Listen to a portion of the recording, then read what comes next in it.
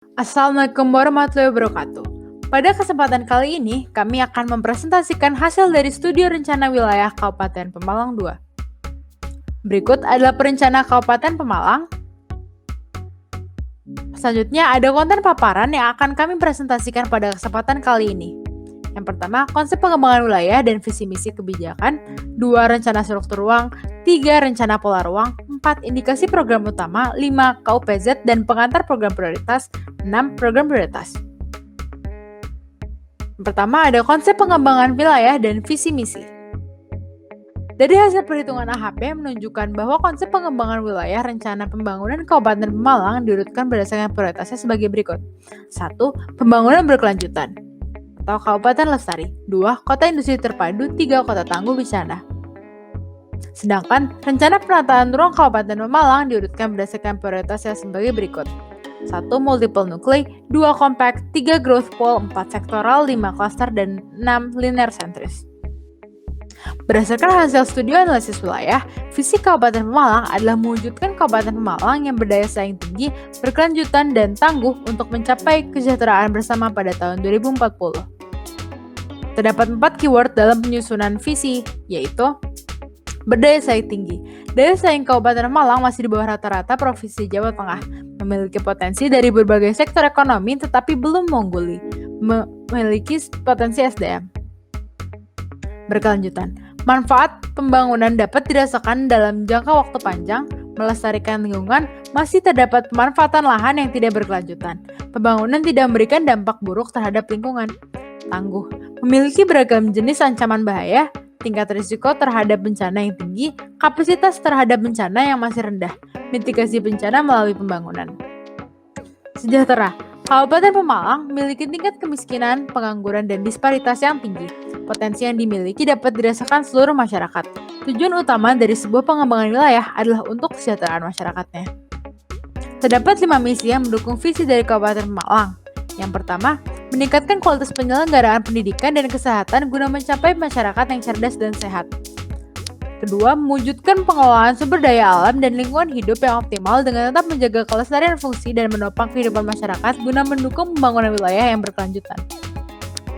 Yang ketiga, meningkatkan akses masyarakat terhadap lapangan pekerjaan untuk mengurangi angka kemiskinan dan disparitas. Keempat, meningkatkan pembangunan ekonomi guna mendukung daya saing daerah.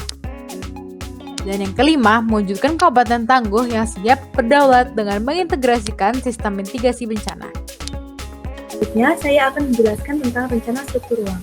Sebelum merumuskan rencana struktur ruang, kami melakukan evaluasi yang telah dilakukan pada studi sebelumnya. Evaluasi tersebut meliputi analisis agregasi permukiman, agregasi fasilitas, aksesibilitas, konektivitas, mobilitas, serta interaksi, yang kemudian menghasilkan klasifikasi peran simbol perkotaan di Kabupaten Pemalang.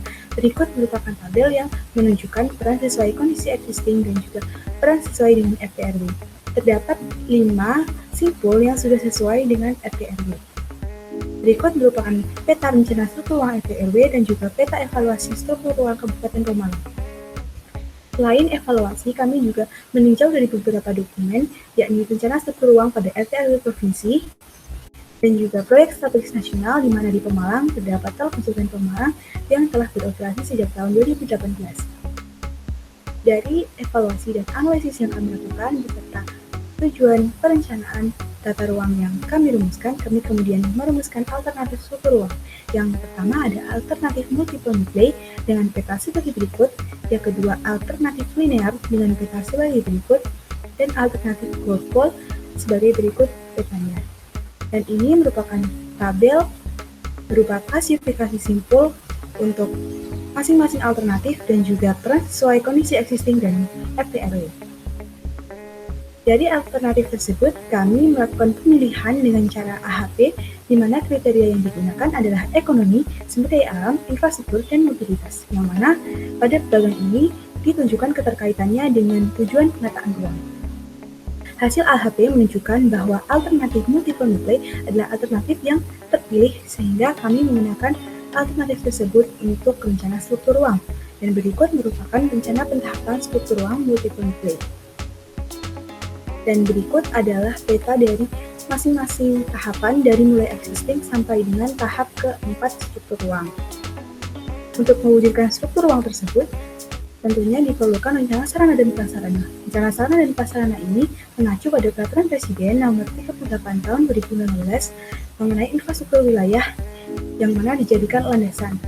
Terdapat fasilitas umum atau infrastruktur ekonomi dan rencana fasilitas sosial yaitu infrastruktur sosial, yang mana selanjutnya disesuaikan dengan kondisi di Kabupaten Pemalang. Berikut merupakan masing-masing rincian rencana dari infrastruktur ekonomi,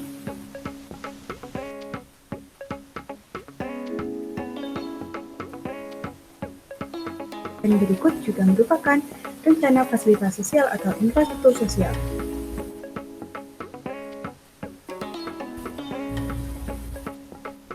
Dan dari saya, terima kasih.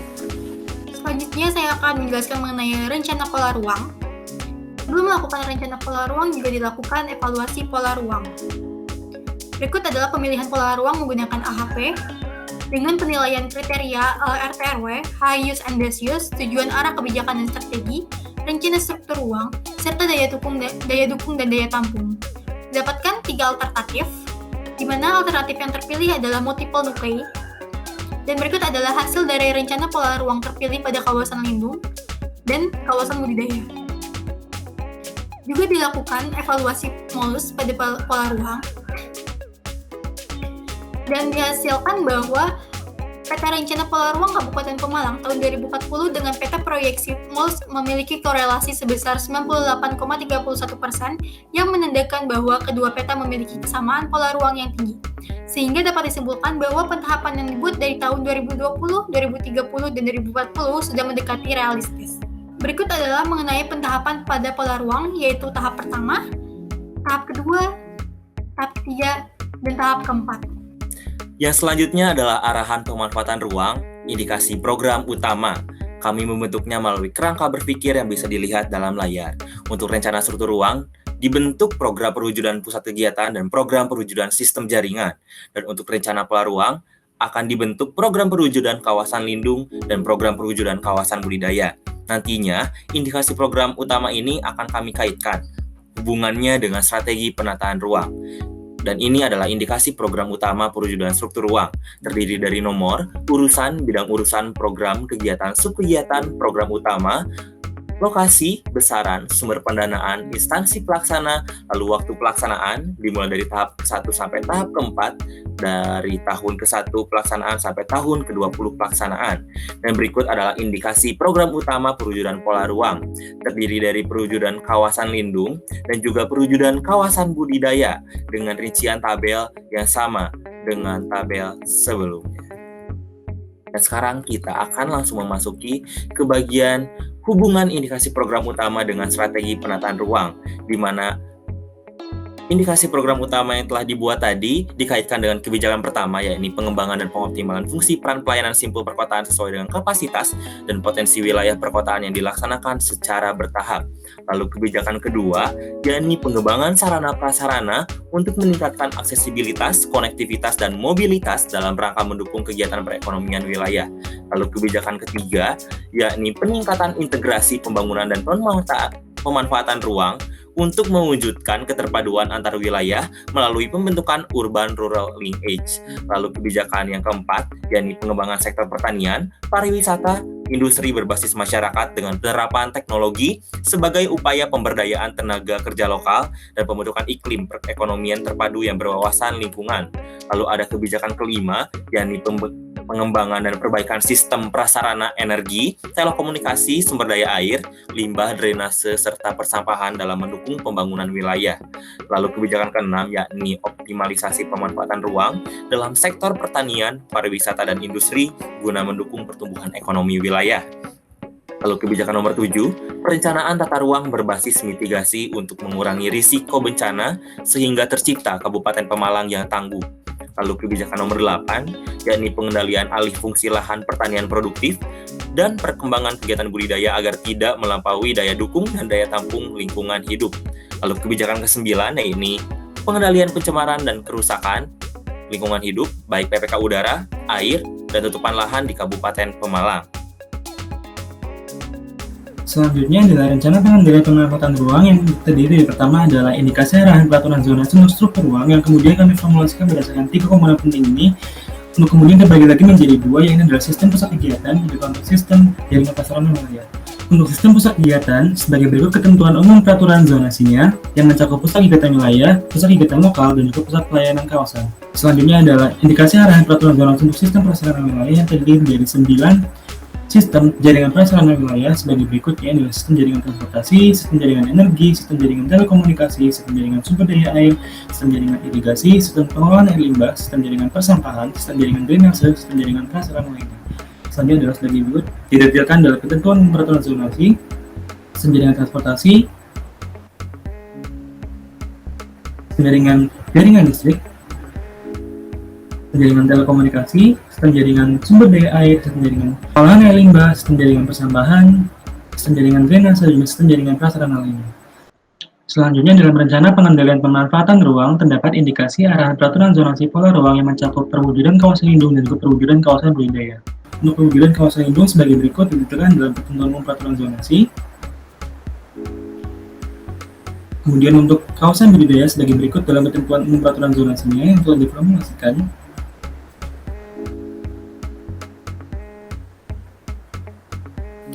Selanjutnya adalah penentuan program prioritas, di mana dalam menentukan program prioritas ini terlebih dahulu kami mengidentifikasi program-program yang memiliki level urgensi yang tinggi dan juga pengaruh terhadap perkembangan Kabupaten Pemalang yang besar.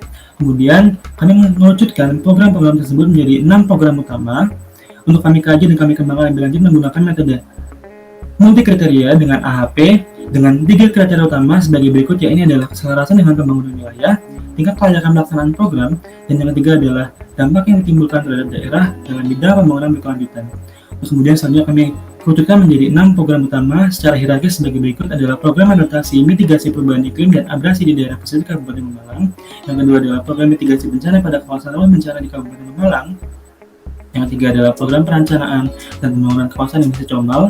Yang keempat adalah program optimalisasi sistem pengelolaan dan pemenuhan infrastruktur persampahan di Kabupaten Pemalang. Yang kelima adalah program pembangunan pertanian berbasis masyarakat, dan kemudian yang keenam adalah program pengelolaan sumber daya air di Kabupaten Pemalang. Kemudian selanjutnya kami visualisasikan program-program tersebut dalam peta spasial sebagai berikut. Kemudian pada tahapan selanjutnya kami akan memaparkan dan membahas mengenai program-program yang tersebut yang telah kami kembangkan. Beranjak ke program prioritas, yang pertama dari saya, Alfiani, dengan program optimalisasi sistem pengelolaan sampah di Kabupaten Pemalang sebagai penunjang kualitas lingkungan dan kesehatan masyarakat.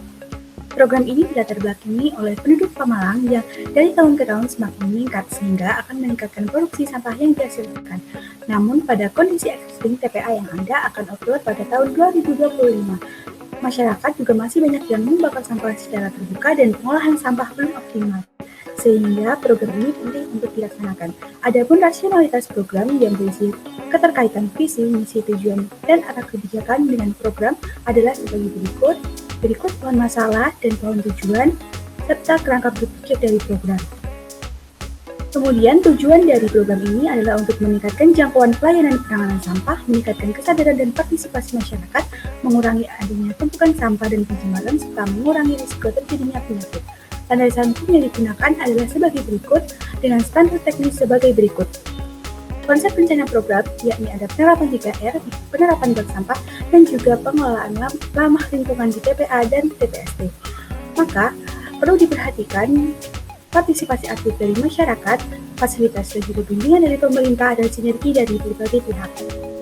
Presiden yang digunakan adalah Jepang yang telah mengolah sampah, memilah dari sumbernya, dan melakukan 3R.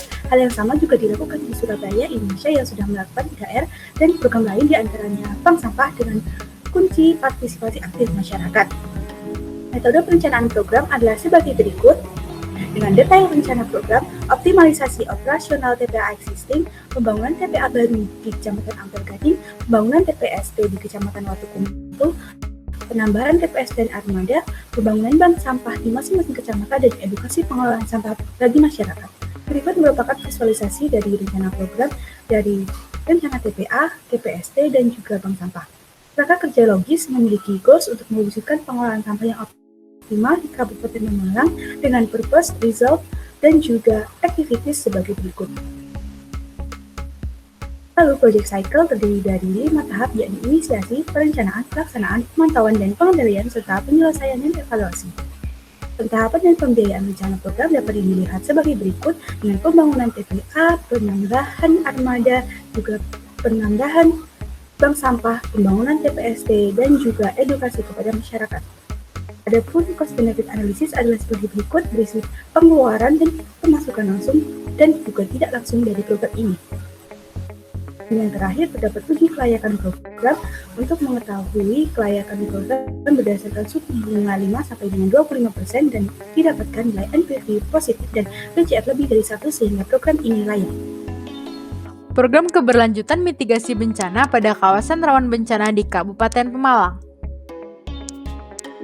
Kabupaten Pemalang memiliki kondisi geografis yang sangat strategis dan beragam. Kondisi wilayah Pemalang memanjang dari pesisir pantai utara hingga ke pegunungan Slamet. Kondisi geografis Pemalang yang beragam ini juga membuat ancaman yang beragam pula. Berikut adalah peta kerentanan multi bencana yang dapat kita lihat bahwa Pemalang didominasi kerentanan tingkat tinggi. Rasionalitas pemilihan program ini didasari oleh tingginya tingkat kerawanan dan risiko bencana dari letak geografisnya. Dari kurangan itu kemudian menimbulkan permasalahan lain yang beragam pula. Program ini bertujuan untuk mewujudkan sistem mitigasi bencana yang tangguh dengan menerapkan teknologi dan inovasi mitigasi sejalan dengan tujuan penataan ruang Kabupaten Pemalang. Berikut adalah tabel luas permukiman yang terdampak bencana menurut luas dan tingkatnya. Berikut adalah tujuan perencanaan mitigasi bencana Kabupaten Pemalang. Selanjutnya adalah landasan hukum. Berikut adalah kerangka berpikir dari program keberlanjutan mitigasi bencana. Selanjutnya adalah metode perencanaan program. Konsep perencanaan program berangkat dari teori bentuk mitigasi yang terbagi menjadi dua. Yang pertama adalah mitigasi struktural, yaitu upaya yang dilakukan melalui pembangunan berbagai prasarana fisik maupun teknologi. Yang kedua adalah mitigasi non-struktural yang merupakan upaya yang dilakukan melalui kapasitas pemerintah dan masyarakat dalam menghadapi bencana. Presiden pertama adalah Rotterdam Water Plaza merupakan intervensi yang diharapkan dapat diimplementasikan kepada waduk yang nantinya juga akan menjadi atraksi yang akan meningkatkan potensi pariwisata Kabupaten Pemalang. Yang kedua adalah Public Warning System. Tujuan dari sistem ini adalah untuk meringkatkan masyarakat tentang ancaman yang akan segera terjadi dapat membahayakan nyawa dan harga benda. Program pengembangan mitigasi bencana kawasan rawan bencana di Kabupaten Pemalang diterapkan melalui 3 subprogram utama. Yang pertama adalah sistem mitigasi berbasis teknologi yang terintegrasi. Karena saat ini Pemalang didominasi dengan sistem peringatan dini tradisional seperti pada tabel yang tertera di bawah. Kedua adalah mengembangkan infrastruktur dan utilitas tangguh bencana. Ketiga adalah meningkatkan kesadaran dan kesiapsiagaan masyarakat terhadap bencana. Berikut adalah visualisasi rencana program. Selanjutnya merupakan kerangka kerja logis. Berikut adalah goals, purpose, output, dan activities. Project cycle dibagi menjadi 4 tahap, yaitu tahap inisiasi, tahap perencanaan, tahap pelaksanaan, dan tahap penyelesaian, dengan kegiatan seperti berikut. Selanjutnya merupakan tahapan pada subprogram pertama, subprogram kedua, dan subprogram ketiga. Berikut adalah analisis kemungkinan pembiayaan. Benefit dari program ini diperoleh dari indirect benefit yang didapatkan dari hasil rata-rata kerugian akibat bencana. Berikut adalah tabel cost benefit analysis. Program mitigasi bencana Kabupaten Pemalang diasumsikan tidak hanya menggunakan APBD saja, namun juga menggunakan skema KPBU dengan bantuan dari BNPB Pusat dengan perhitungan penggunaan diskon rate 5-7%. Program ini dapat dikatakan visible karena memiliki BCA di atas 1. Yang selanjutnya adalah program pembangunan kawasan industri Comal yang akan disampaikan oleh saya, Iksan Mauludin. Program ini dilatar belakangi oleh 4 hal, yakni yang pertama, iklim industri dari wilayah di sekitar Kabupaten Pemalang yang baik untuk keberadaan kawasan industri Comal. Yang kedua, telah diamanahkan dalam rencana pembangunan daerah. Yang ketiga, infrastruktur dan sistem yang mendukung program, yakni terdapatnya jalan tol dan juga jalan kereta api dan juga jalan arteri nasional. Yang keempat adalah potensi yang besar dan dampak positif dari pelaksanaan program. Dan berikut adalah penjabaran dari latar belakang yang telah saya sampaikan.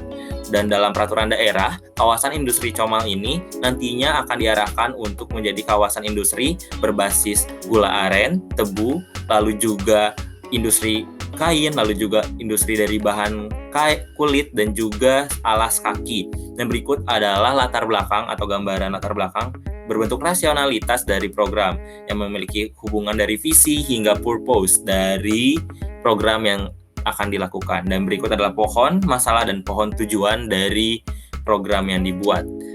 Dalam menyusun program ini, ada kerangka berpikir yang pertama adalah analisis wilayah dan studi literatur, nantinya akan dibentuk dalam kerangka kerja logis dan nantinya akan dilakukan cost-benefit analisis. Berikut adalah tujuan dan landasan hukum dari program ini, di mana secara garis besar tujuannya adalah untuk membentuk kawasan industri yang berkelanjutan guna membangun ekonomi wilayah Kabupaten Pemalang. Dan berikut adalah standar teknis yang digunakan untuk menyusun program atau menyusun detail dari program ini. Dan berikut adalah konsep rencana program, di mana akan mengambil konsep sustainable development untuk pembangunan kawasan industri yang dapat divisualisasikan dalam skema yang dapat teman-teman lihat di layar. Dengan presiden Silicon Valley dan Karawang di Jawa Barat, dengan metode perencanaan program sebagai berikut. Dan berikut adalah visualisasi rencana program dengan peta lokasi, lalu juga nanti ada peta fasilitas, dan juga peta guna lahan dan peta-peta lainnya di sekitar kawasan industri Coma. Dan selanjutnya adalah kerangka kerja logis yang dibentuk. Lalu setelah itu ada project cycle yang digunakan, ada tahap inisiasi, perencanaan, pelaksanaan, dan tahap penyelesaian. Dan berikut adalah rencana pentahapan program yang dibuat. Lalu juga ada rencana biaya program. Lalu ada cash flow program di mana nantinya program ini akan menerapkan skema KPBU, kerjasama dengan badan usaha, dan nantinya akan ada skema-skema BOT, BTT, dan sebagainya disesuaikan dengan kegiatan-kegiatan yang akan dilakukan. Dan ini adalah stakeholder yang nantinya akan mendukung keberadaan kawasan industrinya. Dan berikut adalah perhitungan dari tahun pertama sampai tahun ke-20, mulai dari pembiayaan program dan sumber pendanaan program. Dan dari uji kelayakannya, sampai diskon rate 14%, ternyata kawasan industri Coma ini layak untuk diimplementasikan sebagai good project karena memiliki nilai IRR sebesar 15,2%, yang lebih besar dibanding nilai suku bunga Bank Indonesia saat ini, yakni 3,75%. Terima kasih.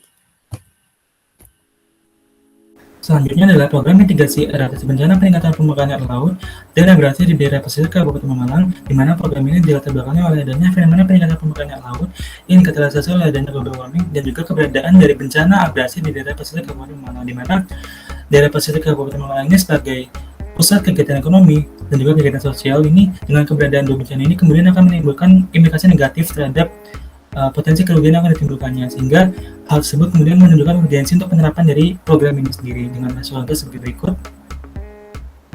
Kemudian berikut merupakan kerangka rasionalitas program, tujuan, cara berpikir yang digunakan, tujuan, dan juga merupakan 12 landasan hukum yang saya gunakan dalam mengembangkan program ini.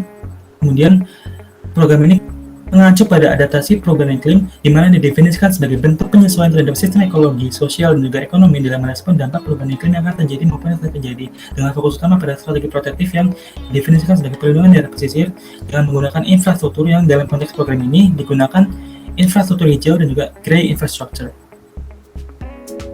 Itu merupakan presiden yang digunakan, di mana Kota Semarang dan Kota Pekalongan berhasil membangun infrastruktur seawall untuk melindungi daerah pesisirnya.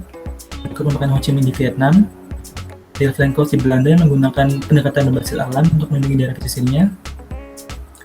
Berikut merupakan Kota Lautoka di Fiji yang menggabungkan infrastruktur hijau dengan infrastruktur keras untuk melindungi daerah pesisirnya. Dan berikut merupakan metode perencanaan program. Detail rencana program mencakup pembangunan infrastruktur keras seawall, pembangunan infrastruktur hijau, pengembangan jaringan sumber daya air bersih non-air tanah, penertiban guna lahan budidaya pada sempadan pantai, mengembangkan teknologi penguasaan air tanah, mengembangkan komunitas peduli lingkungan pesisir, pengembangan dasar hukum dan kebijakan adaptasi mitigasi perubahan iklim. Berikut merupakan visualisasi dari rencana program terkait dengan materi indikatif dari pengembangan infrastruktur seawall juga mangrove. Berikut merupakan rencana jaringan air bersih non-air tanah sebagai berikut. Kemudian dalam mengembangkan program ini digunakan kerangka kerja logis yang terdiri dari goal, outcome, output, dan juga activities sebagai berikut. Dalam project cycle, terdapat 4 tahapan, yaitu dari inisiasi, perencanaan, pelaksanaan, dan pemantauan dan pengendalian.